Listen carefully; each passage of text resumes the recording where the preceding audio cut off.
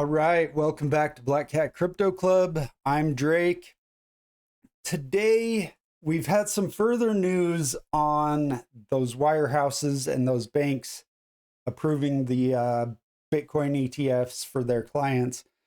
So I did a video, just my last video was a lot on that, but there's been some news on that. So we're going to get into that. Also, I realized after my last video, I told you guys that I had bought a small amount of pith, and I forgot that it isn't available on Coinbase yet. So a few things there. That's very, very bullish because eventually that pith will be added to Coinbase. And when that happens, guys, I've been in some coins that weren't listed on Coinbase before, and when that listing happens, it just goes. So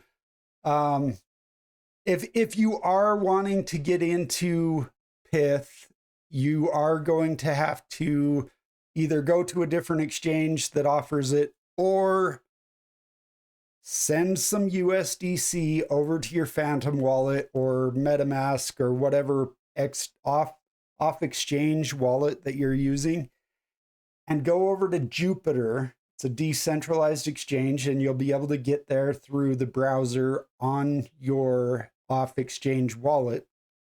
Super easy, guys. But go over to Jupiter and you'll be able to buy pith there. That's what I did.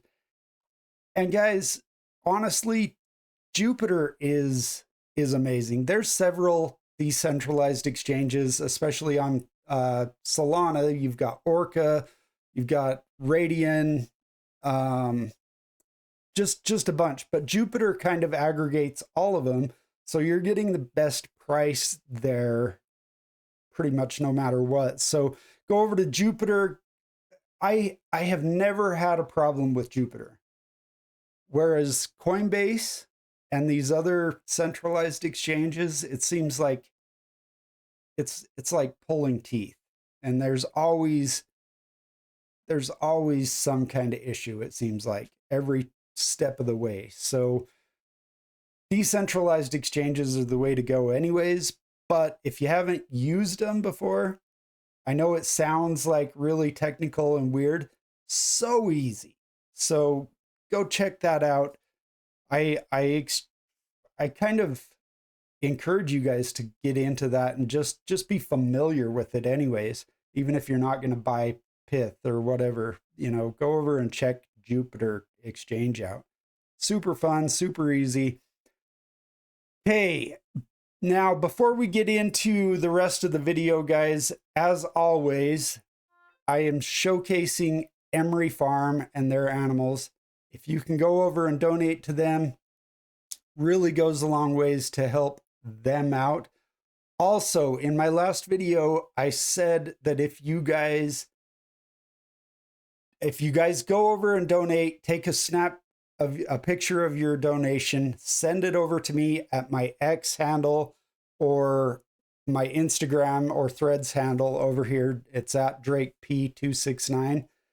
And I was going to do something special for you. So I actually ended up talking with Emmie Farm because they've got some really cool stuff. We're going to jump over and I'm going to show you their link tree right now. So this is their link tree. They've got an Amazon wish list. You can send them things that they need for their sanctuary. Chewy wish list. They've also got their PayPal, their Venmo, their Cash App. I've actually kind of just slightly mentioned the possibility of them accepting crypto. It'd be awesome if they accepted USDC, which is a stable coin, right? So they're not, they can get a dollar amount and just if they need to, they can cash that out and go buy things for the sanctuary. But the big thing is all of these PayPal, Venmo, and Cash App are all middlemen, and they all take that like 2 or 3% out of their donations. So it'd be awesome to see them integrate like a USDC wallet to their donations here. Maybe that's something we can kind of talk with them in the future a little bit more on. But there's no fee. So they receive, with that kind of thing, they would receive 100% of all donations sent over to them. So again, guys, crypto solves a lot of these problems. Okay, so they've got sponsor a resident, barn quilts made to order, and custom hand-drawn animal portraits. Now, this is the one I'm going to get into with you guys today because we've got some cool things with this. First of all, when I saw this the first time, my mind just kind of dismissed this hand-drawn thing. I'm going to jump over to that link because I saw these pictures and I was like, oh, that's got to be just some filter on that photo to make it kind of an artistic filter. And so I started scrolling through these. Again, guys, I had just my mind just kind of dismissed this hand-drawn thing. But you can kind of see all these pictures just so well done. And then I got to this video, and I was like, oh no, that's not a filter. That is done in Procreate. And I've done some things in Procreate myself. And guys, to get this kind of work done in Procreate, you really have to be every bit as much of an artist as any other medium. So this is super good work. I've actually done some watercolors of my cats and my rooster and some dogs. And I would have to, they're charging $50 for this, and this goes to help the sanctuary. But I would have to charge way more than that to make it even worth my time. Maybe I'm not as fast as she is, but $50 is a steal on this kind of thing, is what I'm saying. Now, I went over to her Instagram, and it's a mindset free. If you guys want to follow her on Instagram, a mindset free is her handle. But I was looking at some of the other Procreate things. She did this one. I think that was on the link tree. But check this one out, guys. I mean, come on. This is amazing. I'm definitely going to be having her do one for me. But guys, the cool thing is that she has agreed to donate a portrait. She'll do one of those for us. And so what I'm going to do, guys, is if you go over and donate to Emery Farm, take a snap of that donation, send it to me, and for every $5 that you guys donate to Emery Farm, you're going to get a ticket into a raffle. And we're going to do a raffle the 30th of this month, the end of the very last day of this month. I'll be doing a video raffle where I pick out of all of these tickets, and the winner will get that free animal portrait. So if you have a pet dog or a cat, you'll be able to send them a picture of your cat, whichever picture you choose, and have that hand-drawn animal portrait done. So guys, again, this is just a really cool way these guys are trying to raise money and help support themselves. So go over, donate to them, send me a picture of your donation, and get entered into to win this this animal portrait. Okay, so now we are going to get into the news on Morgan Stanley and UBS, because in my last video, I had mentioned that, well, we saw that video of Kathy Wood saying, you know, the majority of our ETF sales are actually through the wirehouses like Morgan Stanley, UBS, Wells Fargo. So there's been some news on that. I'm going to jump over to this article by Cointelegraph. It says Morgan Stanley wants to beat UBS to become first Bitcoin ETF. So it was actually reported last week that UBS is saying that they are going to approve Bitcoin ETFs between April 8th and April 12th next week. So this is happening. And Morgan Stanley, it's become a race.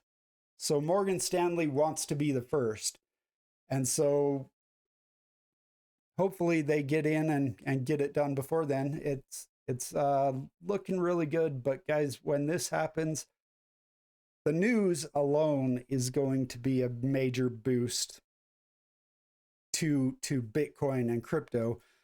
But once these guys start trading that ETF, it's just going to be another market open to Bitcoin, and we're going to see more volume. So just bullish news there. Now, there was one other thing that I was kind of reminded of today. I was looking, I got onto Twitter, and one of the first tweets that I saw was just kind of funny. Reminded me again that I had been asked about day trading Bitcoin and what my thoughts were. Now, there's several kinds of trading when it comes to trading. And you can be a day trader, you can be a swing trader, which swings are more kind of the weekly or monthly ups and downs. And then in Bitcoin, there's cycle trading. So trying to buy at the bottom of the cycle, sticking it all the way through that halving, and trying to sell the top of the cycle. But guys, when it comes to day trading, I'm going to jump over I just did a quick Google search on how many people are successful, what percentage of people are actually successful when it comes to day trading. And you can see here, guys, there is a low success rate. Only 13% of day traders maintain consistent profitability over 6 months, and a mere 1% succeed over 5 years. So it's not great. And these are, I mean, this 13% and 1% are probably pros. You have to kind of be a pro. You have to be able to read the charts and be able to initiate trades based on the technical data in the charts. So just not great odds. Guys, I've seen so many people actually lose money trying to trade Bitcoin and trade crypto. And the thing is, guys, is it's really, really tempting, right? So like you see Bitcoin go up, or let's take another example. You see, I'm into Ethereum and Solana, which are pretty comparable, right?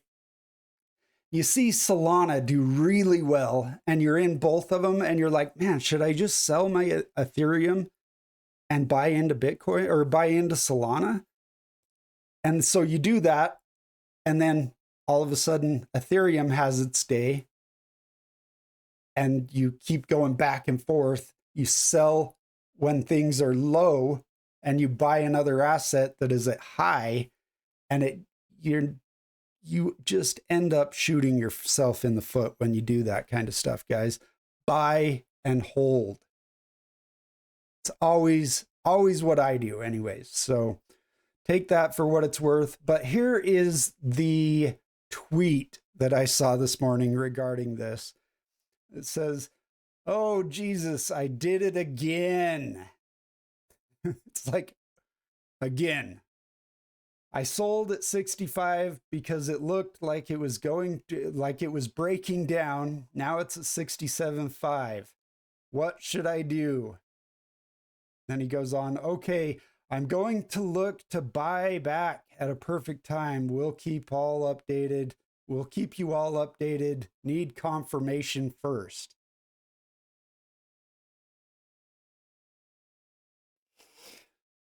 Drives me crazy. Just buy and hold. Don't trade. Don't trade this thing, guys. It's insane. It's insane that, 300, 500, 1,000% gains over a few years isn't enough. It blows me away. Just buy and hold. If anything, cycle trade. Buy now, buy back a year ago, and hold until that cycle top. And I am going to be doing a video on cycle top soon. I've actually got a few others probably before that, but I will be getting into the historical data on cycle tops. But guys, trading Bitcoin, it's crazy. It's crazy. And there's a Michael Saylor tweet I'm going to show you guys here in just a second. But it's just crazy. You're trying to make these little gains off trading from day to day, and it's just you're gonna lose, is what you're gonna do. Eventually, you are going to lose. You're gonna get priced out, and Bitcoin moves quick. So when it goes up $5,000-$10,000 in 10 minutes, now you've just lost everything that you've been trading and spending so much time trying to build. It just doesn't make sense, honestly. But again, guys, Bitcoin, the beauty of Bitcoin is that nobody gets to tell you what to do with your money. So I can't tell you what to do. So do what you will. I'm going to jump over to that Michael Saylor tweet and just listen into what he has to say about it. Have a scarce, desirable asset you're going to hold forever. I don't think trading is a good idea for anybody other than a professional. So if you look, maybe 0.1% of the people, if you're a professional with proprietary models and proprietary equipment and proprietary access, you might be able to trade. But 99% of people cannot trade successfully. I don't think I can trade successfully. And if you look at the statistics, if you remove 1% of the trading days, the 1% most profitable trading days from your activity, there is no return. Like you would get a 7 or 8% return per year on stock portfolios if you just hold them for 100 years. But if you take out 2 days a year or 3 days a year, you actually get a negative return if you take out the 3 best days. So if you don't guess the 3 best days, if you're not long the 3 best days out of 365, there is no return. So statistically, 99% of the time, someone's telling you to trade, but you shouldn't. And 1% of the time, everything moves, but generally people can't predict when that 1% is. It'll happen when you least expect it. So trading is, in my opinion, a fool's errand. I think it's a very dangerous thing. And most people are going to squander their capital because they're going to try to outsmart the market.